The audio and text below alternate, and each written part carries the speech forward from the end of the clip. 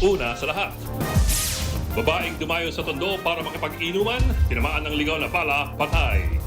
Ang tinutugis pang suspect, nakipag-inuman din daw sa ibang grupo na nauwi sa gulo, kaya't nagpaputok ang baril. Ang buong detalye, kung na balitang yan, abangan. Magandang gabi, Pilipinas. Sa Frontline tonight. Independent Commission for Infrastructure or ICI parang nasa ICU na. Ngayong nagbitiw na ang isa pang commissioner. Traffic enforcer pasimulo ng pagpaputok ng Bin Laden sa kalsada, may muntikan pang tamaan. Habang sa Pangasinan, sumabog ang bahay na ginawang imbakan ng iligal na paputok. 2 ang patay, kabilang ang batang 7 taong gulang. 4 patay, 23 sugatan sa bus na nahulog sa bangin sa Camarines Sur. Governor Vilma Santos binabatikos daw sa umunoy pangmamalit niya sa mga ordinaryong mamamayan. Kaya nung kami tinitira kasi nasa taas kami. At kaya kayo tumitira kasi nasa baba kayo. At mga naging ex ng aktor na si Derek Ramsey, merong group chat, added na raw dyan si Angelica Panganiban.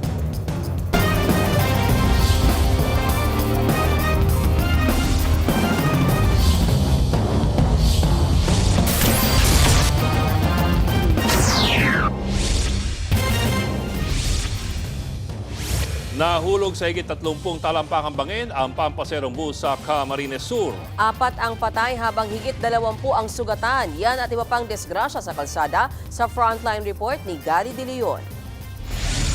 Pinuntahan ng mga rescuer ang bangin na yan sa Del Gallego, Camarines Sur, kung saan nahulog ang isang pampaserong bus kaninang madaling araw. Bulagta ang isa sa mga pasahero. Kawawa naman isa. 4 ang patay habang 23 ang sugatan. Ayon sa mga pulis, galing Cubao, Quezon City ang bus at biyaheng Sorsogon. Pagdating sa Dayat, Camarines Norte, nakipagpalit ang driver ng bus. Mabilis raw magpatakbo ng bus ang pumalit na driver. Pagdating sa Del Gallego, biglang nawalan ng kontrol ang driver at nahulog sa higit 30 talampakang lalim na bangin. Sabi nga po ng pasahero, kumiba siya ng lane, kaya ginabig nung isa hanggang sa nakabot sila dito sa may bangin. Posibleng maharap sa reklamong reckless imprudence resulting in multiple homicide and damage to property ang driver ng bus. Sa highway na ito, sa Ipil, Zamboanga, Sibugay, wasak ang unang bahagi ng bus. Habang nagka-UP-UP naman, ang nakasalpukan nitong elf truck. Dead on the spot ang truck driver. Isa pang motorsiklo ang nadamay sa banggaan. Base sa investigasyon, biglang pumasok sa kabilang linya ang elf truck na may mga kargang isda. Nakasalubong nito ang bus na nauwi sa banggaan. Sa lakas ng impact, umikot ang truck at napunta sa kabilang direksyon. Hindi naman nakaiwas ang motorsiklo na nakabuntot sa bus. Nagbabalita mula sa Frontline, Gary De Leon, News 5. Patay ang isang babaeng dumayo ng inuman sa pagsalubong ng Pasko sa Tondo, Manila. Tinamaan siya ng ligaw na bala. Nasa Frontline na balitang yan si Gary De Leon. Nagpulasan ng mga residenteng ito ilang minuto matapos ang Noche Buena sa barangay 120 sa Tondo, Maynila. May mga natumba pa sa sobrang pagkataranta at kamamadaling magtago. Maya-maya, may binubuhat na silang tila walang malay na babae. Inangkas ang babae sa motorsiklo na biktima pala ng ligaw na bala. Ayon sa PNP, nasawi ang babae. Kwento ng residenteng nagpakilalang si Charles, kainuman niya ang biktima na dayo lang sa Tondo. Inakala raw nilang fireworks ang kanilang narinig, pero putok na pala yun ng baril. Ako pa sa side ko parang sumigaw pa ako, sabi ko, hala, ganun. Tapos kasi natumba na eh. Rian po. Taga Quezon City daw po. Di po ko sure kung ilang taon. Ibang grupo raw ito nang nag-iinuman sa Tondo. Nagkagulo sa inuman ng suspect kaya nagpaputok siya ng baril at natamaan ng biktima sa kalapit na lugar. Ang reason po na lumalabas dito ay during drinking spree. Kung mapapansin po ninyo, yung lahat ng insidente ng indiscriminate paring ito ay due to intoxication po. Sila po yung nagiinuman bago po umabot yung Pasko hanggang sa makatapos po yung Pasko hanggang madaling araw. Patuloy ang pagtugis sa salarin na hindi muna pinangalanan. Binigyan ng 1 kalahating araw ang Tondo Police para maisara ang kaso. Kapag po ay hindi nabigyan ng solusyon yung pong indiscriminate firing na nangyari na may biktima, tatamaan po yung mga commander, sila po ay marirelieve po. Nagbabalita mula sa frontline, Gary De Leon, News 5. Dalawa ang patay sa pagsabog sa imbakan ng paputok sa Dagupan City, Pangasinan. 8 bahay pa ang natupok. Nasa frontline ng balitang yan si Mon Gualvez. Kabilang ang 7 taong gulang na anak ni Janet Crespo sa dalawang namatay sa nangyaring pagsabog at sunog sa Dagupan City, Pangasinan. Sobrang nagilaputan na wala yung malambing kong anak. Hindi ko alam paano ko magsisimula ulit. Doble kalbaryo para kay Janet, lalo't pati ang bunso niya ay critical ngayon sa ospital. Kwento niya, kauuwi lang nila matapos kumain sa labas at makiki-Christmas party lamang sa kaanak nang biglang may sumabog. Sa eskinitang ito tumatawid lamang ang pamilya ni Janet nang mangyari ang pagsabog. Katabing-katabi lang yan ng bahay na pinagmulan din ng sunog. Ang problema, tumabo ng ilang tipak ng bato at nakaharang na motorsiklo kaya natrap din dito ang ilang biktima. Base sa investigasyon ng Dagupan Police, ginawang imbakan ng iligal na paputok ang bahay kung saan nagmula ang pagsabog. Sa lakas ng impact, nagiba mga pader at sahig ng bahay at nagkalat ang mga tipak ng bato sa paligid. 8 bahay ang nadamay sa insidente. Nasunog at nasira rin ang ilang motorsiklo at tricycle. May nakita ring mga illegal firecracker gaya ng triangulo at oversized na bawang. May nagluto sa loob, pagkatapos parang may sumingaw na fumes. Kasi kung ang pagsabog kasi bigla, isang malakas, mukhang nakulob yung mga fumes ng powder. Maharap sa patong-patong na reklamo ang may-ari ng bahay na ginawang imbakan umano ng paputok. Isa pang sunog ang sumiklab sa isa ng mga mall sa Divisoria sa Maynila.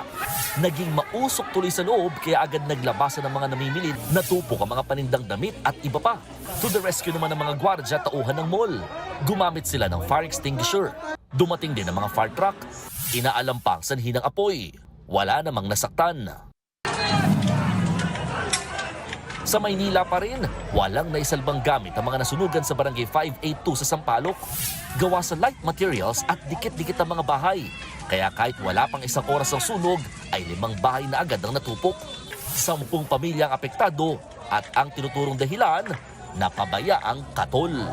Nagbabalita mula sa frontline, Mon Gualvez, News 5. Nalagay sa alanganin ang racket na muntikang maputukan ng Bin Laden sa Taguig. Ang pasimuno pa niyan, traffic enforcer na sinibak na sa pwesto. Nasa frontline ng balitang yan, Gio Robles.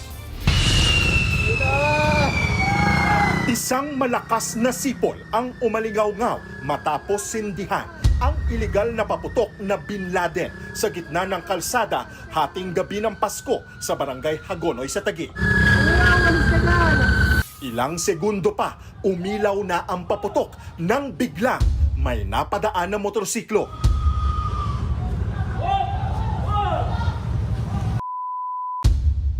Saktong inabutan ng malakas na pagsabog ang rider na sinubukang harangin ng lalaking nakaputi. Bago yan, nakita pa sa CCTV ng barangay ang parehong lalaki na mismong nagtirik at nagsindi pala ng iligal na paputok. Sa pool sa video, ang pagsabog na sinundan ng makapal na uso na pag-alamang ang lalaking nagpaputok ay residente ng barangay New Lower Bikutan, Taguig. Dinala siya sa Taguig City Police Station dahil sa paglabag sa ordinansa ng lungsod. Isa yung nagsindi, siya yung ating na-aresto or pinatawag sa police station. Tapos ang kumuha ng video is yung pinsan niya. Yun yung nag-post ng video. So isa lamang siya, posible siya magmulta ng 2,000 hanggang 5,000 pesos.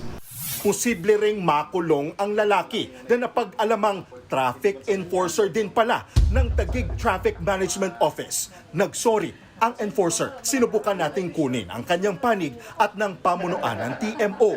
Pero wala pa silang tugon. Sinikap namang hanapin ng mga pulis ang rider na dumaan sa viral video. Check natin yung mga CCTV, nakalampas naman siya, parang nausukan lang at nag-monitor din tayo, nakipag-coordinate sa mga kalapit na mga ospital at mga clinics. Wala naman nagpunta doon na nagpapagamot or mga napinsala man lang.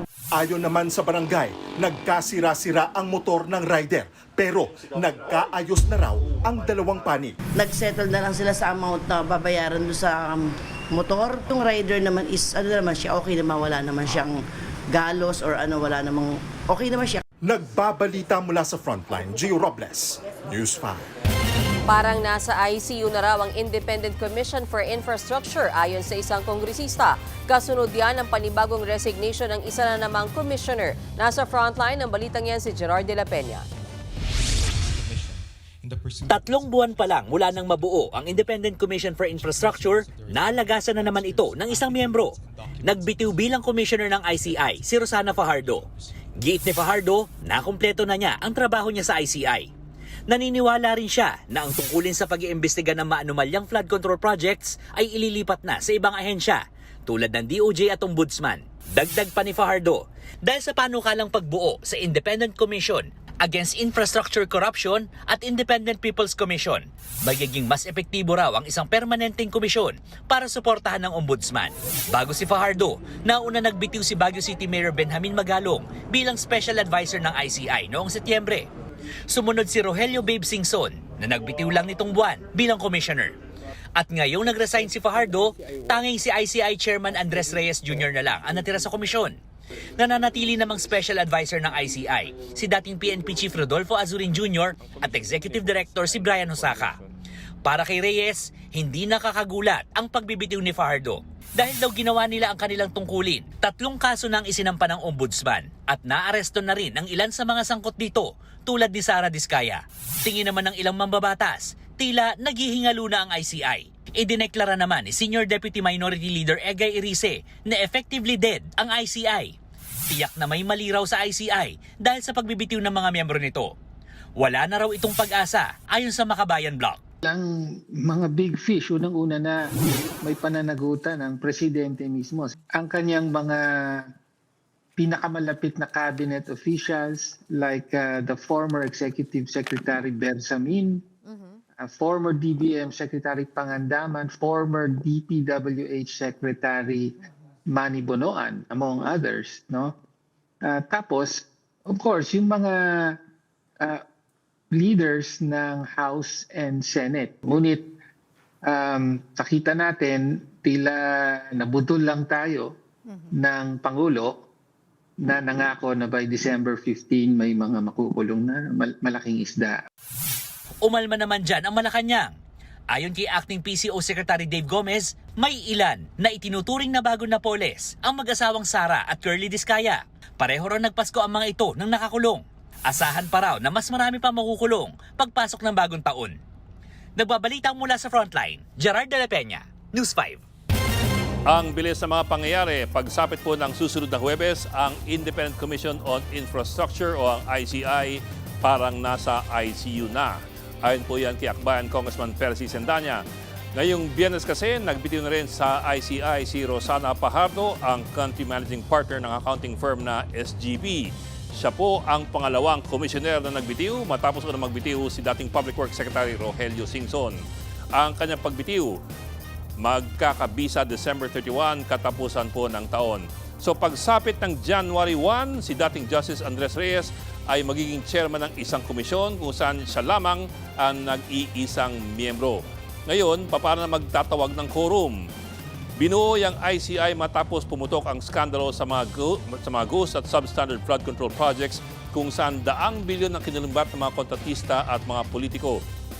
Ang kanyang misyon, imbestigahan ang mga ulat ng korupsyon sa infrastructure projects, maghalungkat ng mga ebidensya at detalye at base po riyan, magrekomenda ng pagsasampa ng mga kasong kriminal at sibil.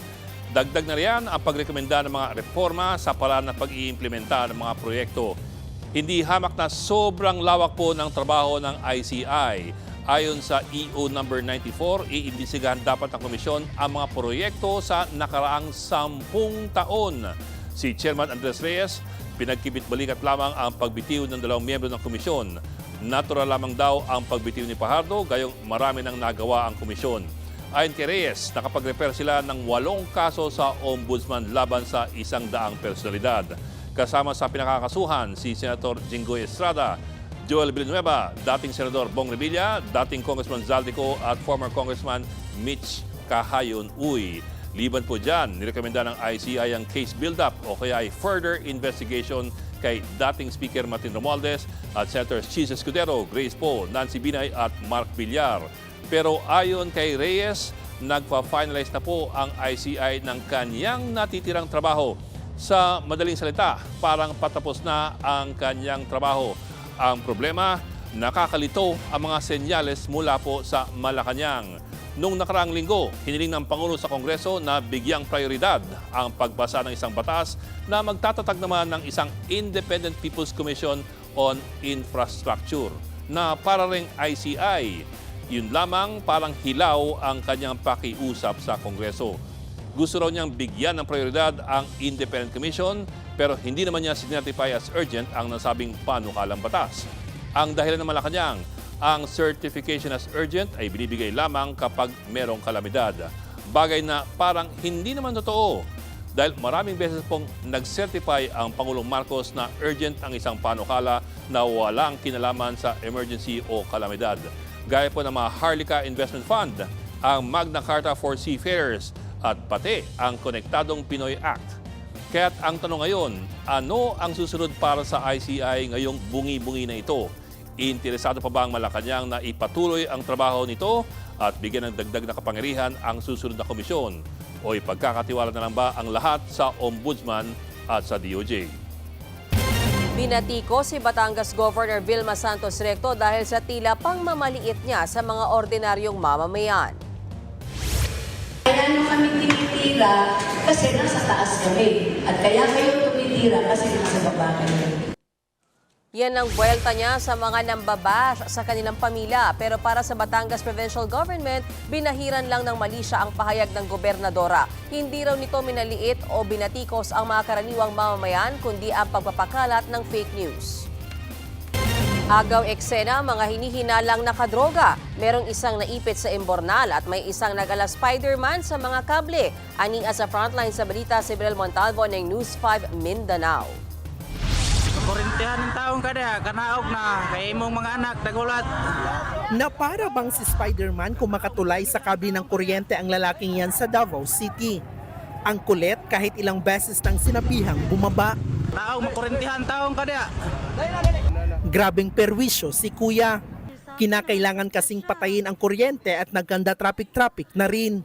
Tumagal ng 2 oras ang negosasyon bago na pababa ng mga rescuer ang lalaking si Piolo Apor. Nag-ala Spider-Man daw siya because wala, buhat ako to eh. Atsup, ay kuhan lang, ba sikat lang. Pero mukhang hindi nakakapogi yan, kaya nagsorry na lang siya sa mga naabala. Umamin din si Apor na nakadroga siya. Inaresto siya at mahaharap sa reklamong alarms and scandals.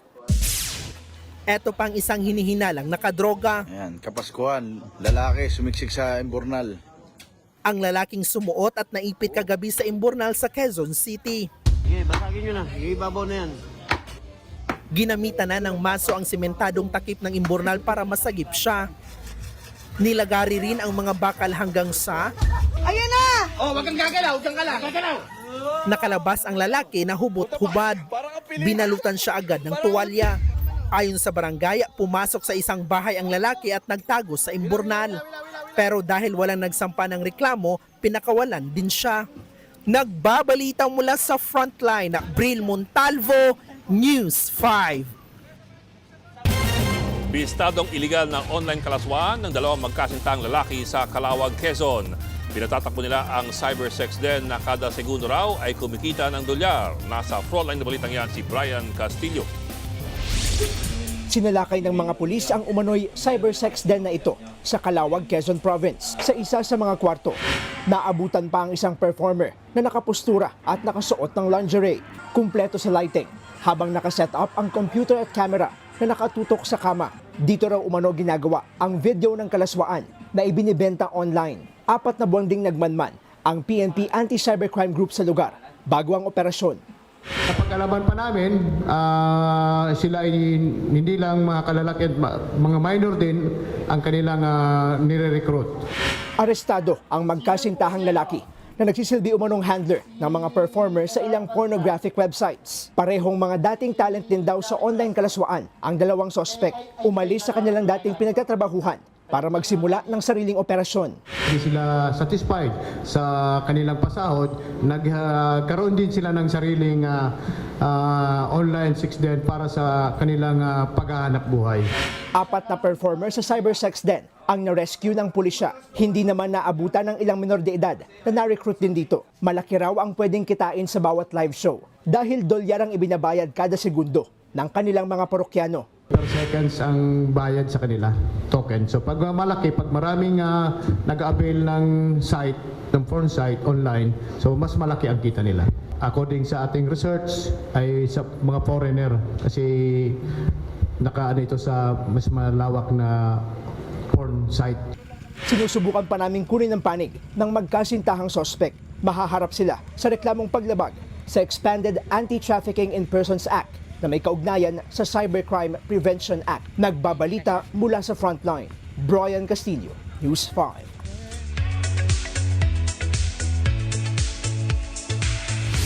Showbiz tonight na tayo. Game na game si Piolo Pascual para pasayahin ang fans niya kahit na he's not feeling well.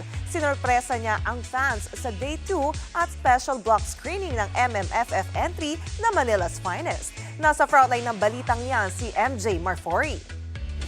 Piolo Pascual is in the house. Mula sa labas hanggang sa loob ng cinema, hindi magkarinigan dahil sa hiyawan ng kanyang fans. Bumisita si Papa P sa block screening ng kanyang fans, ang Piolo Addicts. Para yan syempre sa Metro Manila Film Fest entry na Manila's Finest. Talagang mga kasama ko yan since I started. So to have this sponsored block screening is such a big treat. Napakasayang regalo para sa Pasko. Game din siyang nakipag-selfie sa fans kahit medyo hindi feeling well si Papa P. Chika ni Piolo, nakaka-feel good sa kanyang pakiramdam ang mga papuri sa Manila's Finest. We worked hard for the project and they were able to really appreciate the film. Matagal na tayong walang ganito, so nakakatuwa. May maganda yung mga reviews nakakatuwang basahin. And speaking of Manila's Finest, patok na patok yan sa film critics mula sa creatives hanggang sa technical aspect. Pagdating naman daw sa kwento, Marami kang matututunan bukod sa history and kung ano yung talagang trabaho ng mga polis. Natutunan ko na always do good. Talagang susundan mo yung storya. Lubutang din sa mga manonood ang husay sa aktingan ng mga artista ng bagong henerasyon, lalo na si Ashton Olviga. Dylan Menor, ang galing din niya dito. And Ashton Olviga, iba rin talaga umarte ang isang Ashton Olviga. Sumasabay din talaga. Kiko Estrada, oh my God, iba ka rin. And as expected, hindi rin nabigo ang expectations sa mga more experienced actors, kagaya ni Piolo, Cedric Juan at Enrique Hill. Napapanood pa rin ang pinaka-napapanahon at pinaka-makabuluhang pelikula ng taon, Manila's Finest, in more than 80 cinemas nationwide. Nagbabalita mula sa Frontline, MJ Marfori, News 5. Abangan na bukas ang magwawagi sa MMFF Gabi ng Parangal, 9:15 PM live dito lang sa TV5. Susunod, sa araw ng Pasko at birthday ng kanilang ina, magkapatid, pinagbabaril ng kapitbahay sa Cebu City. Santa Claus sa nagdadrive sa Amerika, lagot dahil sa overspeeding.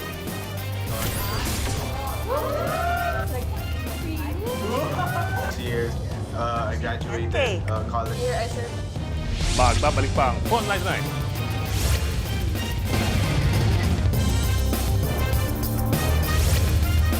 Mga kapatid, Ed Lingaw po, maging maalam at may pakialam sa mga napapanahong balita sa ating bansa. Para sa mas malilimang pagtalakay at paghimay sa mga issue at headlines, mag-follow at mag-subscribe sa social media pages ng News 5.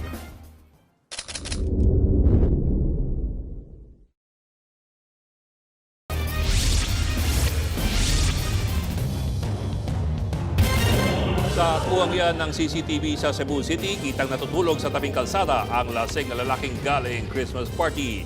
Habang mahimbing siyang natutulog, ninakaw ng isang lalaki ang kanyang motor. Sa backtracking ng mga pulis, na lamang sinanla ng suspect ang motor kaya nabawi ito pero hindi pa rin mahagilap ang suspect.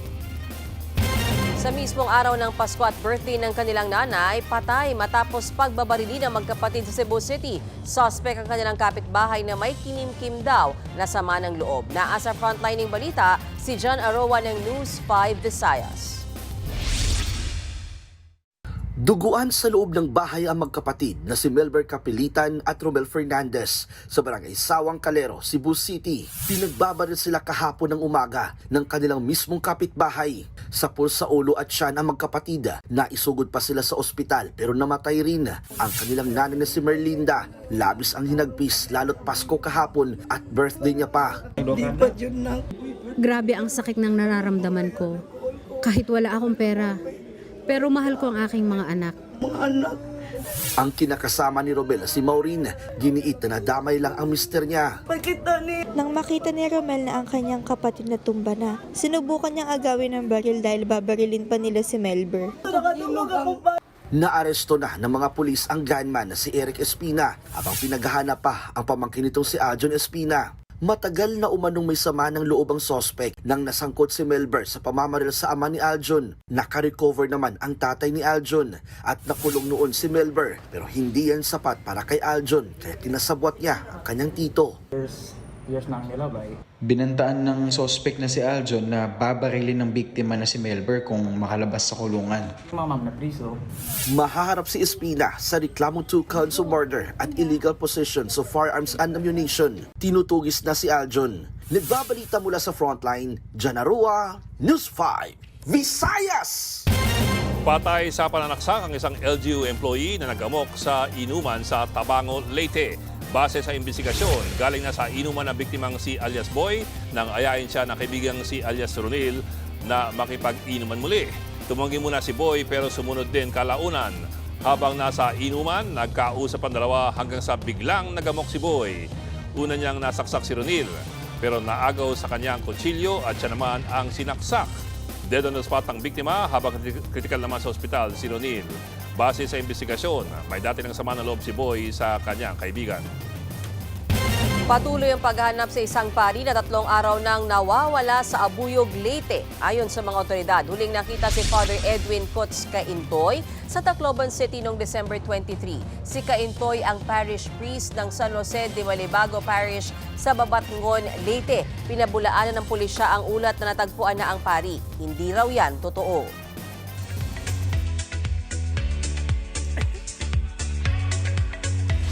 Face card and never declines talaga sa Korean fashion trio na sina BTS V, Park Bogum at Bae Suzy.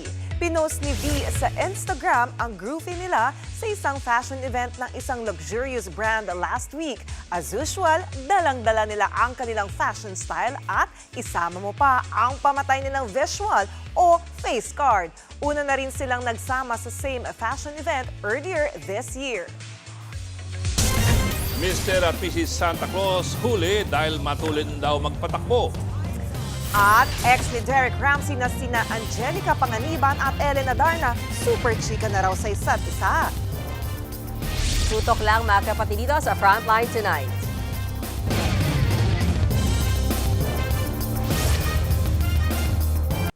Mga kapatid, Mean Los Baños po, huwag magpahuli sa mga balita at impormasyong dapat ninyong malaman. Para sa mas malawak na balitaan at diskusyon, mag-follow at mag-subscribe na sa social media pages ng News 5.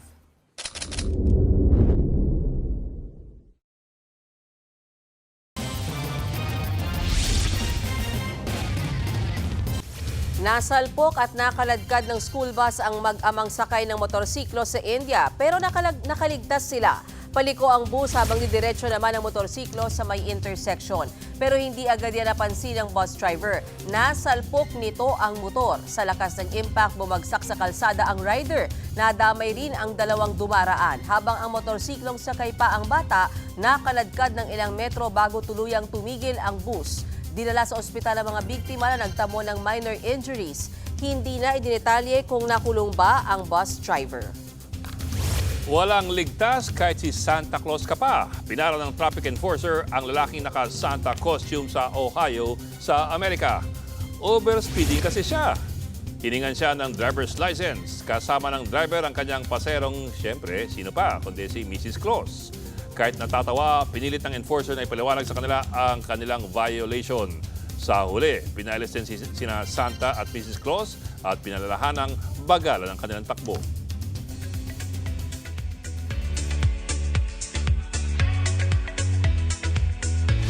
Mga kapatid, primera klaseng pelikula ang mapapanood natin sa 2026 sa Cine 5 sa primetime ng TV5. Buena manong ipapalabas ang MMFF 2023 Second Best Picture at Historical Film na Gomburza. Bida dyan, of course, ang Manila's finest stars na sina Piolo Pascual, Cedric Juan at Dante Rivero. Mapapanood na ang mga pelikula sa Cine 5 simula January 2 tuwing 8:30 p.m. Dito pa rin yan sa mas pinalakas na Todo Max Primetime 5 ng TV5. Abangan, mga simple win ngayong 2025 ipinahagi sa trending na achievement cake. At Angelica Panganiban kasali raw sa group chat ng mga ex ni Derek Ramsey. Tuloy-tuloy ang balitaan dito sa Frontline Tonight.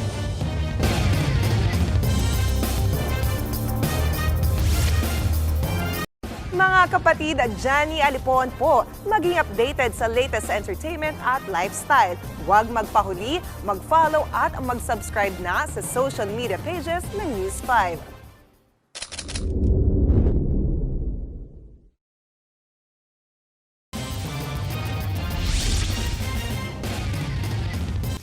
Nasalpok at nakaladkad ng school bus ang mag-amang sakay ng motorsiklo sa India pero nakaligtas sila. Paliko ang bus habang didiretso naman ang motorsiklo sa may intersection.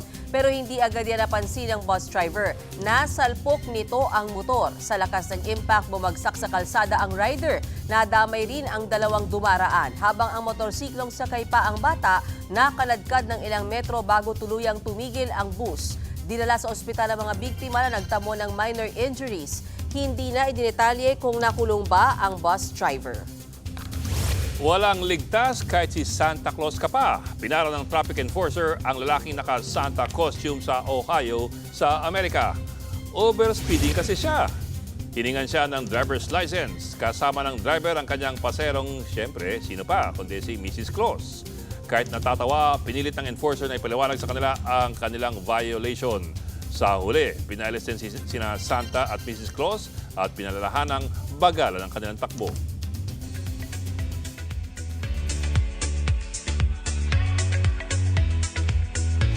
Mga kapatid, primera klaseng pelikula ang mapapanood natin sa 2026 sa Cine 5 sa primetime ng TV5. Buena manong ipapalabas ang MMFF 2023 Second Best Picture at Historical Film na Gomburza. Bida dyan, of course, ang Manila's finest stars na sina Piolo Pascual, Cedric Juan at Dante Rivero. Mapapanood na ang mga pelikula sa Cine 5 simula January 2 tuwing 8:30 p.m. Dito pa rin yan sa mas pinalakas na Todo Max Primetime 5 ng TV5. Abangan, mga simple win ngayong 2025 ipinahagi sa trending na achievement cake.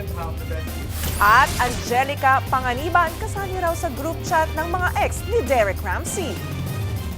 Tuloy-tuloy ang balitaan dito sa Frontline Tonight.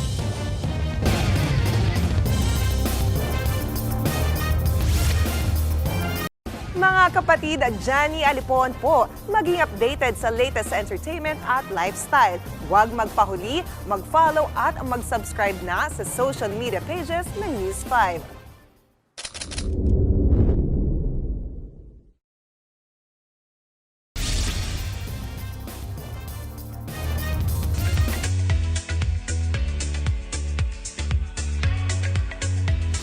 Angelica Panganiban has joined the conversation.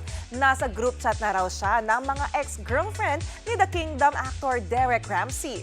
Mismo ang recent ex ni Derek na si Ellen Adarna ang nag-spill niyan.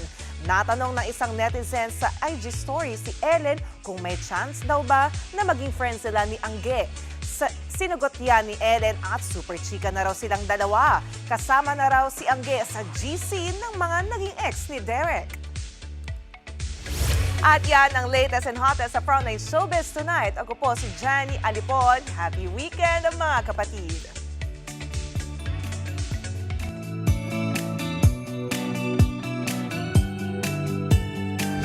At para naman sa ating pabawang pampag-good night, small wins or big wins, lahat po yan ay worth celebrating ngayong taon. Na para bang one last hug sa 2025. Pinlex ng ilan ang kanilang mga naabot this year. Ang nauusong achievement cake, panoorin sa report na ito. Saan ka thankful this 2025? May revelation dyan si volleyball star Alisa Valdez. I'm grateful for being physically healthy and I'm grateful for someone this year.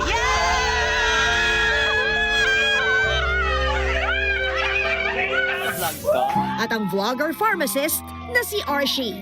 Hi, my name is Archie and this 2025 I was able to invest on a big property so abangan niyo lang sa vlogs ko. Yan ang trending na achievement cake. Feel free to share na mga na-achieve mo this year from Big Wins.